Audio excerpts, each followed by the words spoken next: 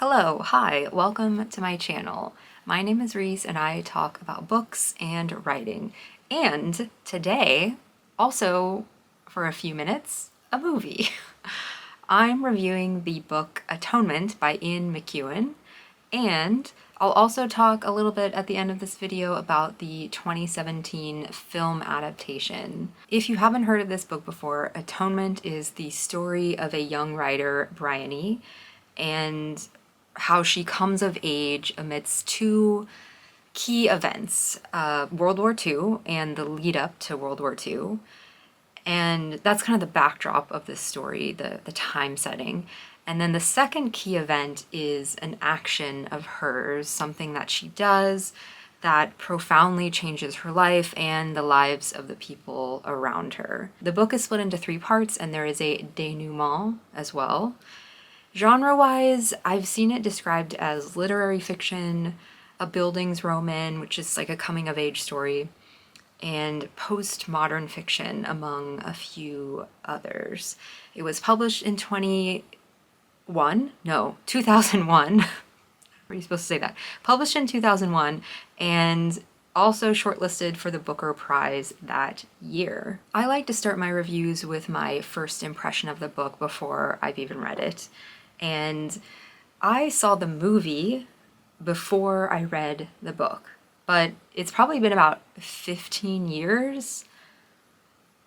15 years since I saw it last. I remember enjoying the movie, and it was like peak Keira Knightley season, she's in it. I particularly enjoyed the soundtrack. A few of those songs are on my writing playlist. Enjoy those. What drew me to reading this book now, I recently rewatched Pride and Prejudice, and the director of that film, Joe Wright, the 2005 version we're talking about, the director of that film also directed Atonement, and it's the same film score composer, and yeah, when I watched that, I thought back to how I had enjoyed Atonement, and I remembered that I had a copy of the book because I found this a couple years ago in a little free library in my neighborhood. Thank you to whoever passed this one on to me. And yeah, so I went in with generally high expectations of the book because it's rare that I like a movie adaptation more than the book itself. And yeah, I can confirm it's a great book, and that's why I'm talking about it, because I think you should read it if you haven't already done so. Moving on to my reading experience. This starts with 13-year-old Bryony Tallis, living in England in the mid-1930s at her family home. She's anticipating putting on a play that she's written to entertain her brother, who's coming home from, I think it's like a break from work or something. It's a very hot summer's day, and she sees her sister Cecilia interact with Robbie, the son of a woman who is employed in the Tallis family home. And crucially, also, Robbie and Cecilia are old school classmates. They're in their like early 20s, like post-college university. And following this interaction she sees, she doesn't really understand it, but she is intrigued by it, and she realizes that maybe she's been acting a bit childish by writing and, wanting to put on this play. And instead, she feels really drawn still to writing, but instead she's drawn to writing the story of what she's witnessed in a novel. So it's the switch between those two mediums that's kind of driving some things. I guess I would say it's the reverse. Her internal feelings about like what she's seeing is what's driving her to want to switch those two things. And then later that evening, Bryony witnesses something else, and her retelling of what she sees, or what she thinks she sees, has major implications for Cecilia and Robbie. Themes in this novel, we got them. how a person's perspective shapes their reality. I think that's like key to this. Number two, coming of age and the idea of childhood and adulthood. And of course, under all of this is guilt and atonement and innocence. And then there's also, war. It's set around and in World War II, and class. As I mentioned earlier, Robbie, his mother, and I think he does too, he works for this family. So there's like discussions and things about class. And then ultimately, the power of storytelling. Now, does the description that I just gave of the book prior to the themes sound like a bunch of rich people just running around a big house? Yeah. But I promise you it is not all about that, and it's worth it for the payoff of watching Bryony and how she evolves, the powerful but messy story of, her moving from childhood to adulthood, and then also for the writing itself. As I mentioned, there are 3 parts to this. The first part is a lot of what I explained a few seconds ago. And then there's a 5-year time jump in part 2, where we're now fully in the midst of World War II from the perspective of Robbie and his experiences fighting as a soldier in France and trying to make his way back to Dunkirk to be evacuated back to England. And then in part 3, we're back with Bryony, who is now at this time 18 years old. We're back in her head, her experiences, and as she's, living with the realities of war. And I'll leave plot descriptions at that because I don't want to give away too much of the book, but know that it is not just a bunch of rich people running around a house. So if you can remember that when you're reading the first part, if you're off put by that.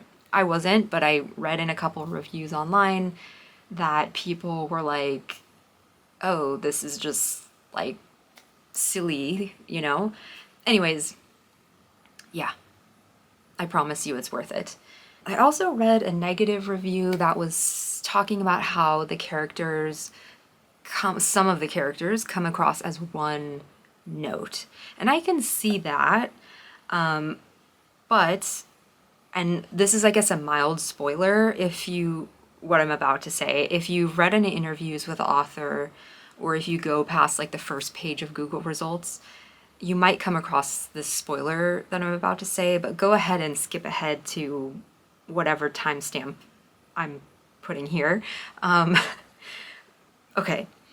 Anyway, so I can see how Robbie and Cecilia in this story appear as one note. We really only experience their realization about their love for each other and the longing to get back to each other. We're in different people's perspectives and minds in this novel. It kind of like flips around. But when we're with Robbie and Cecilia, we're really only like hearing that. And especially because in addition to Bryony, they are basically the main characters of this story. But at the end, in our denouement, when we realize the story is actually from Bryony's perspective this whole time, then we can understand why these characters, Robbie and Cecilia, are in that one-note territory.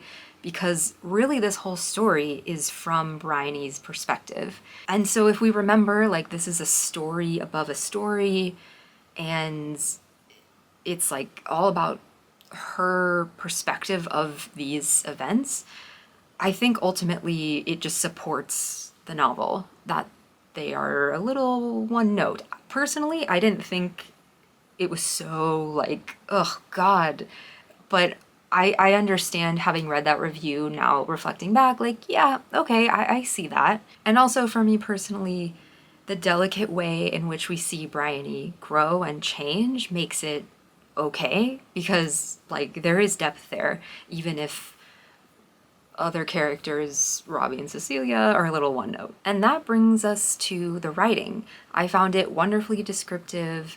It brings us into the innermost thoughts of these characters. And yeah, I mean, There is a plot for sure, but I feel like this book is pretty balanced between being character driven and plot driven. Also, this is very much a book where a writer writes about writing. And I personally love that.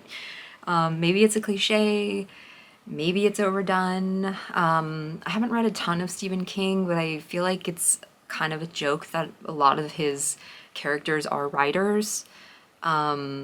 But I'm a sucker for that, and when it's done well, I love it. Example of how it's done well, and I think a beautiful message for writers out there, is this quote that I'm going to read from the book. And context for this, it's kind of at this moment where Bryony realizes that this play that she's written is like childish in her mind, and how just writing a story or a novel or, you know, something else is perhaps a bit more adult. In the novel, she says, "A story was direct and simple, allowing nothing to come between herself and her reader. No intermediaries with their private ambitions or incompetence. No pressures of time, no limits on resources. In a story, you only had to wish. You only had to write it down and you could have the world. It seemed so obvious now that it was too late. A story was a form of telepathy. By means of inking symbols onto a page, she was able to send thoughts and feelings from her mind to her readers. It was a magical process." I'm a sucker for anything about writers writing about writing. In this novel, at the end, it made me think about what a story actually is, and I loved that. When I finished, I immediately flipped back to the first page, and I reread that, and wow, yeah, it's all like right there. I'm so in awe of a writer who can not foreshadow, but just like put the crux and message and the heart of a story on the first page. I think this is a practice I will always do moving forward, is when I finish a book, reread the first page and see, like, yes, what's there. So I loved this book. I probably said that 5 times in this video already. I'm looking forward to reading Amsterdam, also by McEwan. And I also think I will reread this book, because once you know the ending, then it makes you want to reread the book with that context in mind. I'll say that much. Let's talk recommendations for this book. I would recommend this book if you are or were a fan of Downton Abbey, but you kind of crave something with a little more meat to it. I know they're set in slightly different time periods, but it feels of the same vein. I would recommend this book if you've ever felt haunted by regret for something you've done in your past, and that feeling kind of gnaws at you because you can't change what happened. And I would also recommend this book for writers. And a similar book recommendation, I'm gonna say My Brilliant Friend. If you haven't read that, but you have read this, go for that, and vice versa. Yeah, I'd say they're similar for like the Bildungsroman, the coming of age, interior thoughts of a character being a writer, and a character or characters reflecting on things from the past. I found some similarities between the two stories. But if you know of a similar book to this and you want to drop it in the comments, let me know. I would love to know. And now a few rapid fire thoughts on the 2007 film adaptation Atonement. So I finished the book, and then I think like the day after, which was yesterday, I watched the movie. So it was very fresh in my mind. Yeah, I'm gonna say it. I felt like it was too rushed.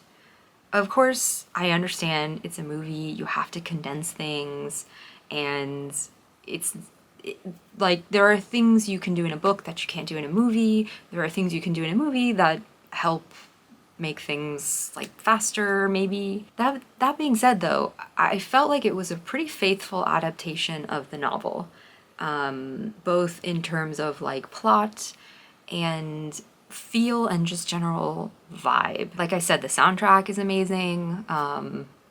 Really liked that.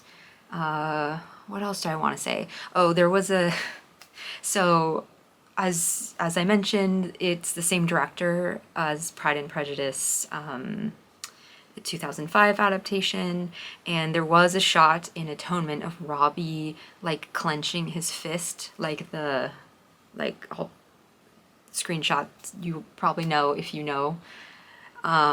Anyways, when that happened, I kind of chuckled because I was like, really? It's fine. I'm okay with it. It's fine. Actually, yes, it's the same situation, basically. So that's funny. What else? Special call out to one thing in particular, I guess, that I want to talk about.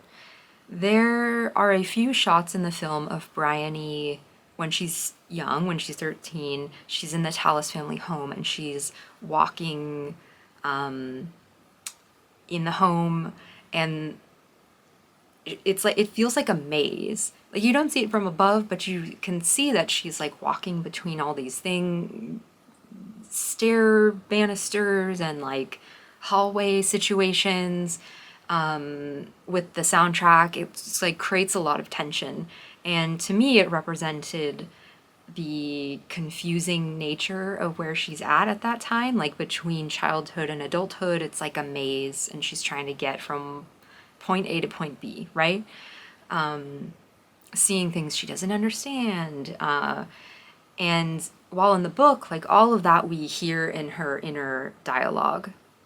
And we see it visually, like we see it on her face and in her actions in the film. But I felt like that visual metaphor was really well done. I'll also say it's nice because it's sort of bookended, because then in part 3, later in the film, what is part 3 in the book, we see her kind of doing the same thing in a war hospital amongst all these hospital beds. And like I said, it creates this nice bookend because in both of those situations, she's kind of like resolving to do something. And then, yeah, in the hospital scene, it's kind of implied that she is like creating closure to something. I don't want to give too much away, but all I'll say is that it does create this like wonderful bookend, and I felt like that was really well done visually. Another moment visually that I thought was great, that adds to the like childhood versus adulthood. There's a part in the story where Robbie is handing something to Bryony, and in the book it's just like they meet and there's a wonderful description of the moment, but in the film visually they put Robbie up on like kind of a hill, and then Bryony is like a little bit downhill. It's like this steep cliff, and I was kind of struck when I saw that, having just read it, because I was like, wow, what a great way of illustrating like the valley between the two of them in terms of age and like sophistication. That's probably the wrong word, but yeah, it was great. Anyways, it's beautiful. The movie is great. It's well done. It was nominated for Best Picture amongst other Oscar nominations. One last note, differences between the film and the novel. The ending of the film is slightly different from the ending of the book. It's the same thing, but it's just a different way of illustrating it slightly. And I found the ending in the book to be much more impactful. The book version focuses more on Bryony's character. You're more in her mind, I'd say, in the book, and it's a little longer than what happens in the film. I'll say the film version is, I understand. It's kind of like, okay, how can we wrap this up? Like, the plot, the characters, like, we gotta wrap this up, and how can we do this? So know that. But yeah, the book version definitely had me shedding some tears, choking up, Yeah, it really got me. So if you've seen the movie and you remember enjoying it, but you haven't read the book, I would go to the book before you rewatch the movie and then watch the movie, or you can just read the book. I would say give the book a shot. And if you've read it, let me know what you think. I would love to hear about it. And I will see you in the next video. Thanks. Bye.